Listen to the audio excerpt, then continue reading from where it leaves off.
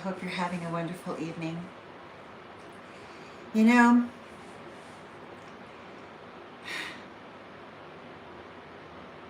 I thought I knew what evil was, what real evil was. But no, I didn't know. But I'm getting to know it. Not participating in it, but I am aware of what it is. And this targeting, this situation, this targeting, and using these tactics to scare me or to hurt me and all that, I'm just basically numb. I really, you know, I guess things are only powerful if we give it the power, right, to really affect us. There's this, hello. um, there's some guy that's saying that, well, I have no doubt that that the power of persuasion and looks and all that could probably sway a lot of different women, but this guy's trying to say that he's hooking up with my daughter, and maybe he is, to hurt me because, I just say, I hope you guys are happy. Please go. I really, some of these tactics are just so ridiculous. They really are. And they're intended to get us all upset and in our heads. And, if somebody's going to try to control me or manipulate my feelings in this way, I'm done, man. You're a monster. Get the hell out of my face. I'm not going to be pining over people that are so manipulative. They think that they can control you. I was just, I had this download, and it really, it came, and I realized it's very profound. You know how everybody's talking about narcissism and these narcissists? I had this, and I've looked at this word before, and I've heard it used before, and so I wanted to know what the difference between narcissism and megalomania was. And you know what it said? It said the difference between a narcissist is that, and a megalomaniac is narcissists. They do what they're arrogant for love. They want people to love them, right? But a megalomaniac does what he does, his manipulations, for fear. He gets off on fear. He wants to make everybody afraid. Well, I'm getting it from both. From the narcissist, yes. But the one that's really the most diabolical are the ones that do things to make you be afraid. Totally afraid.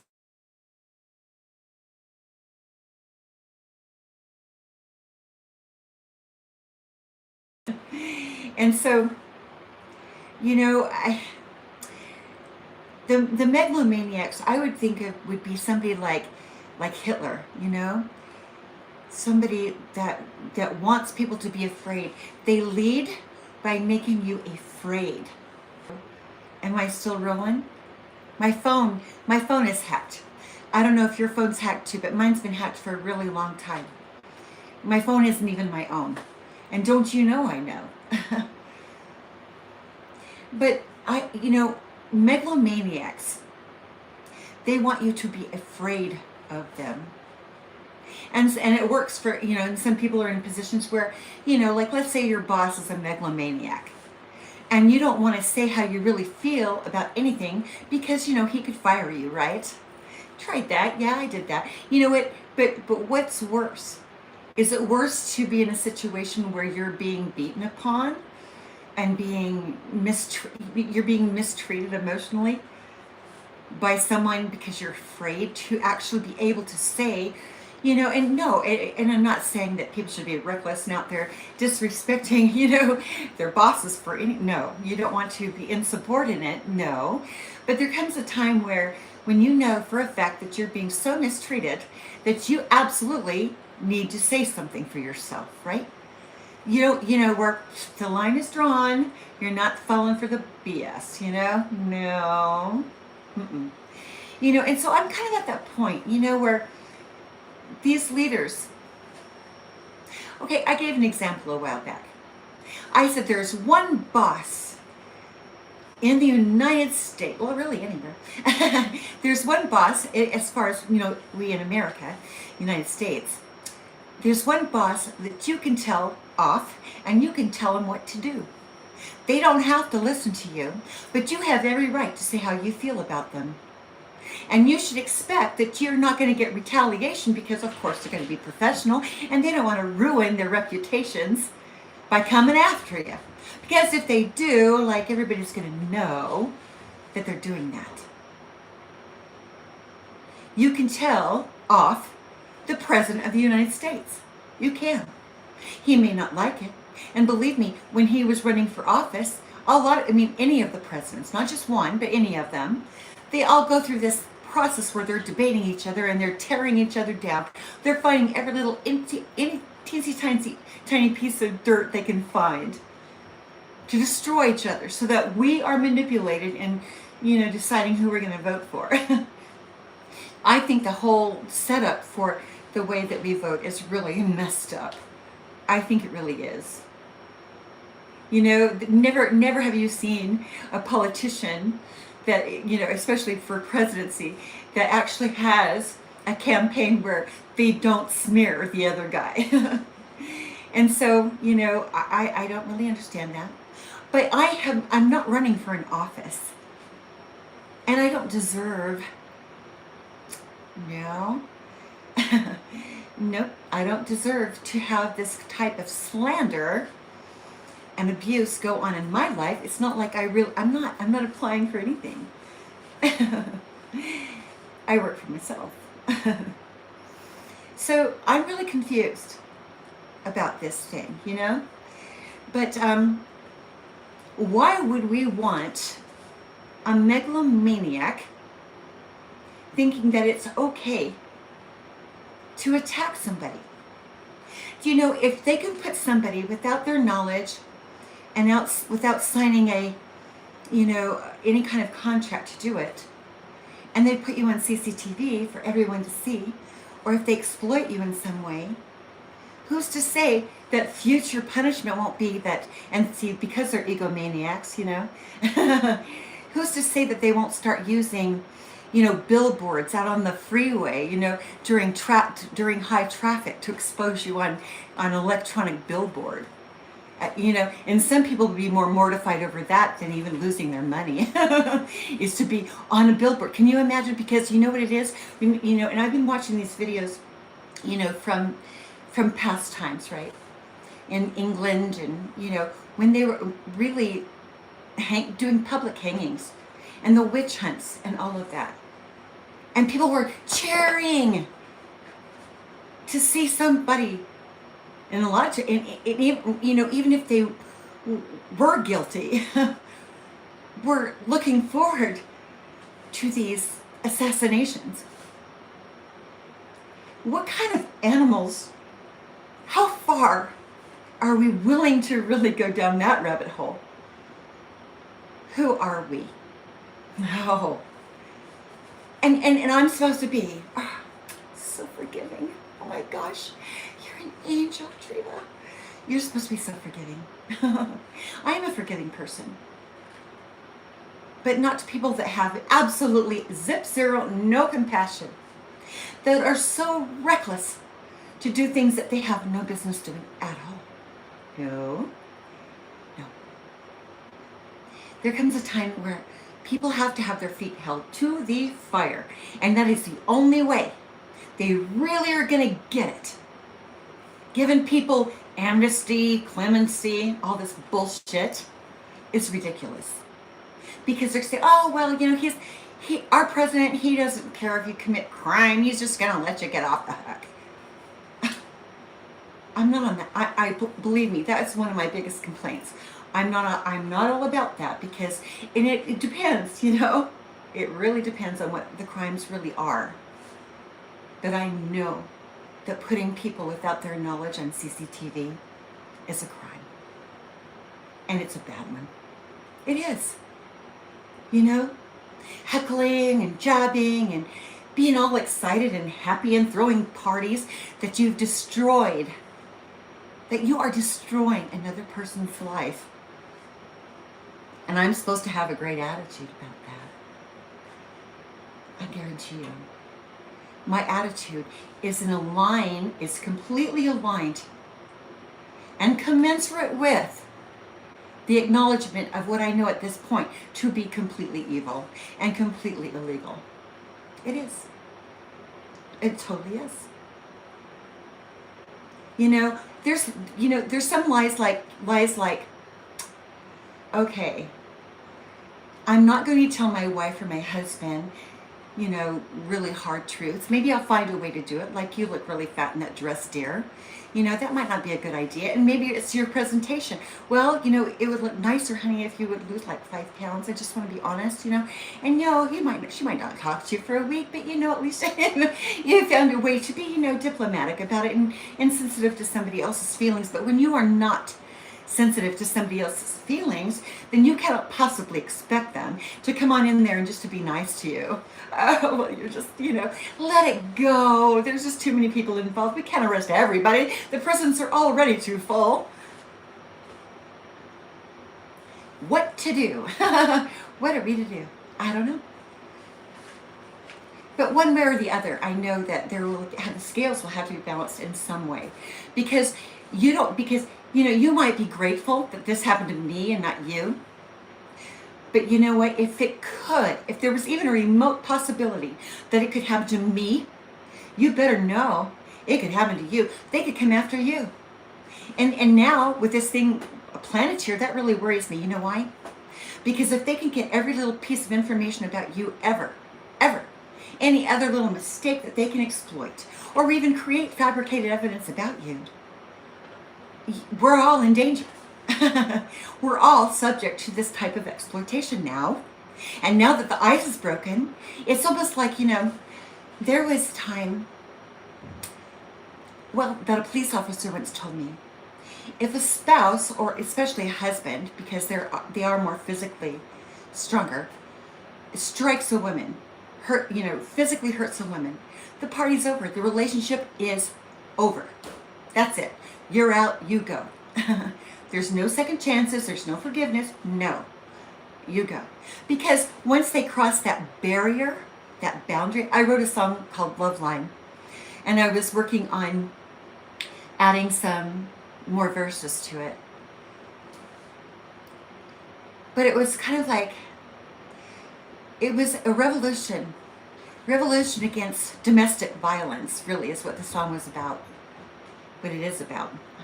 And I haven't played it for anybody because all of my devices are hacked, and already I can't even speak on here without having some of the things that I say, copied and by somebody else. I can't even be myself, right? And if I sing a song and they hear it, they're just going to steal it. I heard somebody already stole a song of mine. But anyway, I'm just telling you, I'm not feeling, for people that would be so willing and we have such audacity to go this far, it's not a small thing. And the thing is, you know what the thing is too? Is if they get away with it, they'll do it again. They'll do it again to somebody else. People, oftentimes, if you forgive people that are not truly contrite, they're just going to repeat it. And I wrote some notes down. And I just, and I do want to expound on them. Okay. One thing I wanted to say is, I was talking about, in my mind I was thinking about the word faith. Faith means believing in things that you cannot see. You cannot see it, you cannot prove it. It's having faith. And most of us, a lot of us, know about Christianity, about the Bible, and that we believe in Jesus Christ based on our faith. And we know personally what it feels like to have that love and that, to feel, I don't know what it is, but your spirit gets quickened, You get a quickened spirit. And you can tell somebody, I've got goosebumps, my spirit is quickened. And this is, but can you really prove it? No, you can't prove it. It's like being in love. And you know how powerful it is to feel like you're in love, but it's not tangible. I mean, you can show it in your behavior, it can be tangible in actions, but you can't prove it, and you can't prove hate either, because these are well, you prove it by actions over time, love over time, in that way. But as far as that energetic feeling, or feeling jealous, compassionate, these are energetic feelings, that have no substance, but they are just as real as the nose on your face. And we all know that. We understand that.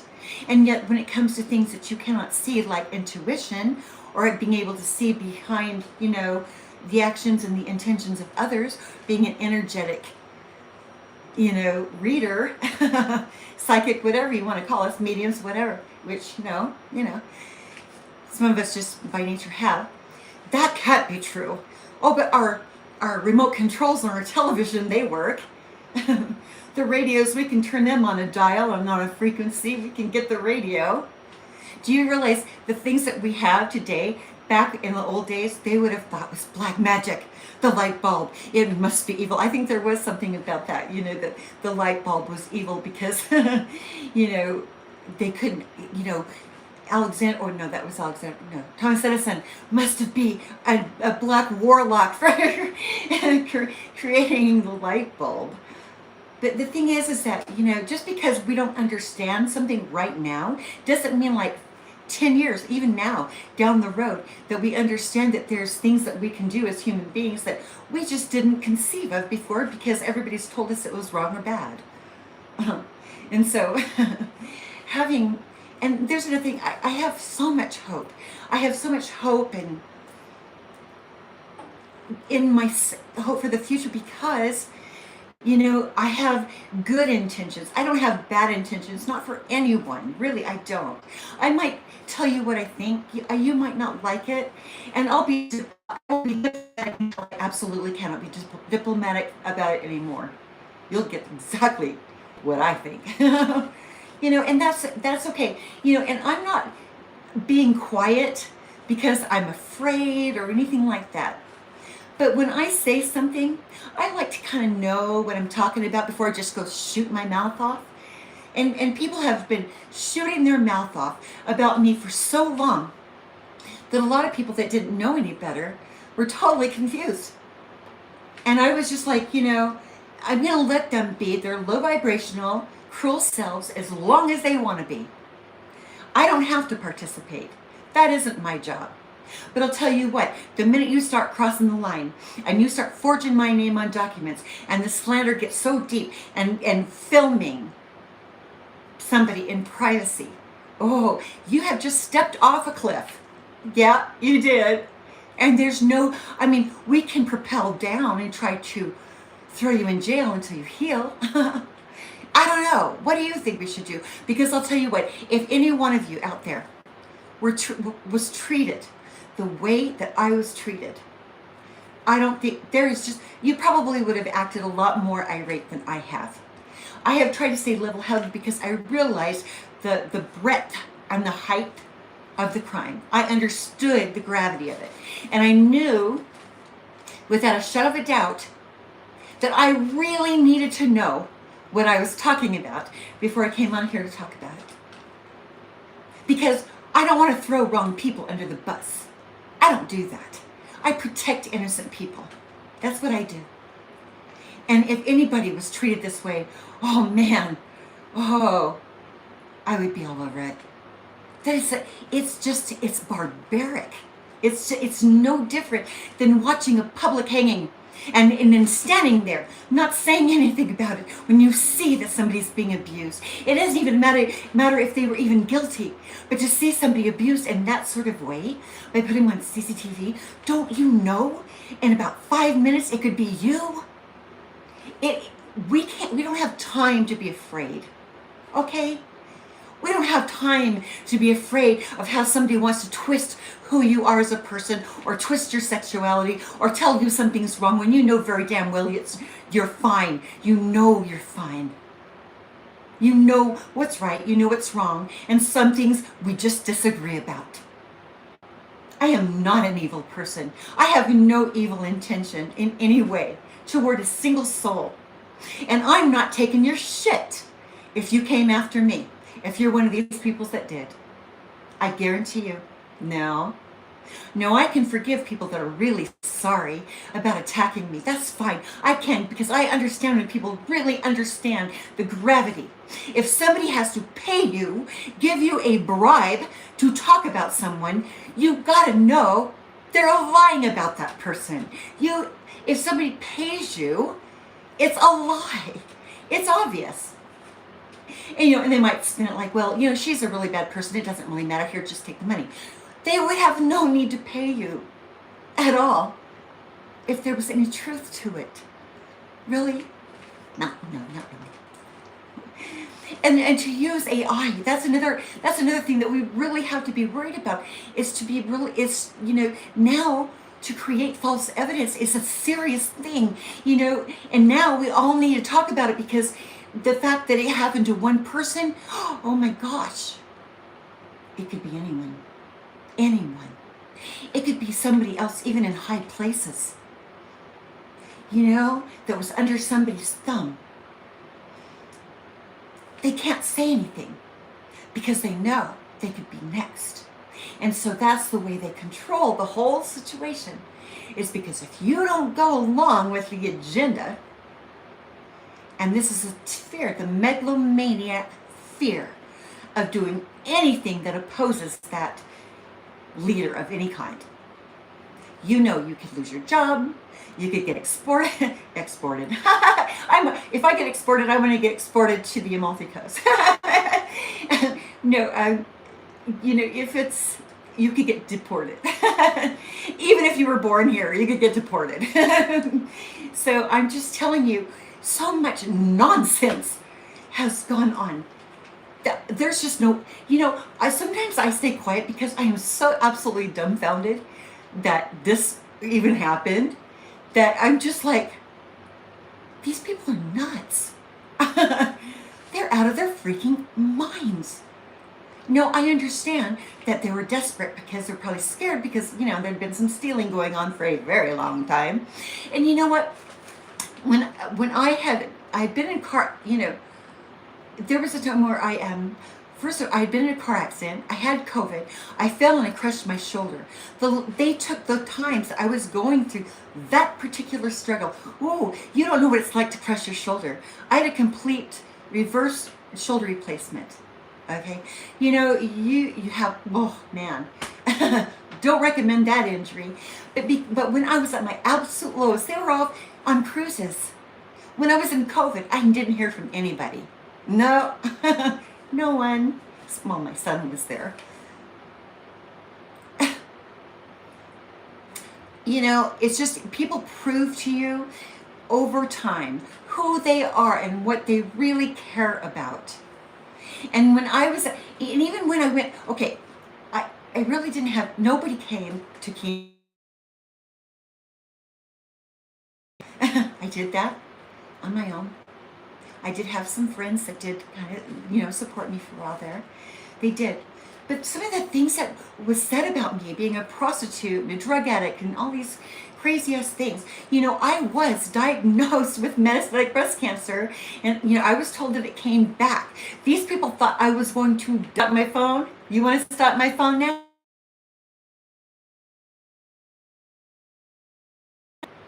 They thought I would never find out what they were doing. And, and this is divine intervention, because somehow I outlived the diagnosis. I didn't plan on it. I thought I was going to die too. Okay? It must be for a reason. It must be for a really good here. Still here. Yeah. My phone keeps crapping out, right?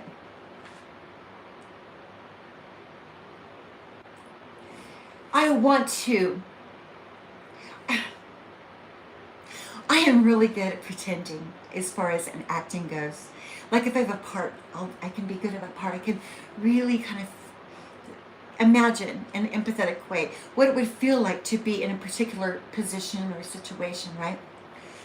But when it comes to real life, it's hard. It's hard to pretend. I don't know how. I want to come in there and say, oh, it's okay. It's just, yeah. But inside I would be like suffering because I would know, and nothing would be real and beautiful the way that it's being presented, because I would know the truth. It just, and I can soften the blow by really, if people were really contrite and really cared, that'd be different. But I'm told day after day that nobody actually cares, and so it's really, which makes it even tougher, not tougher to care.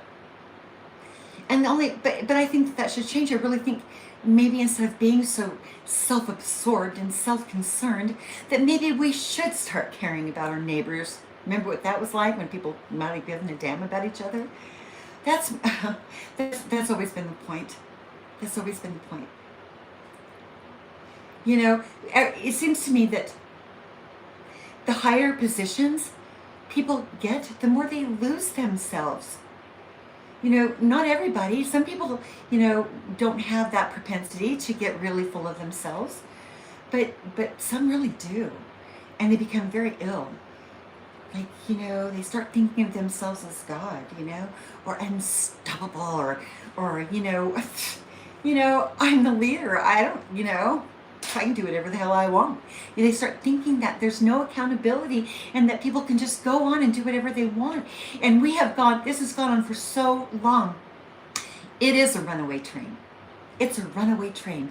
Our judicial system has gotten so used to doing whatever they want. It has been a runaway train. And I'm getting a knock on my door. I don't know. I guess my son needs to talk to me.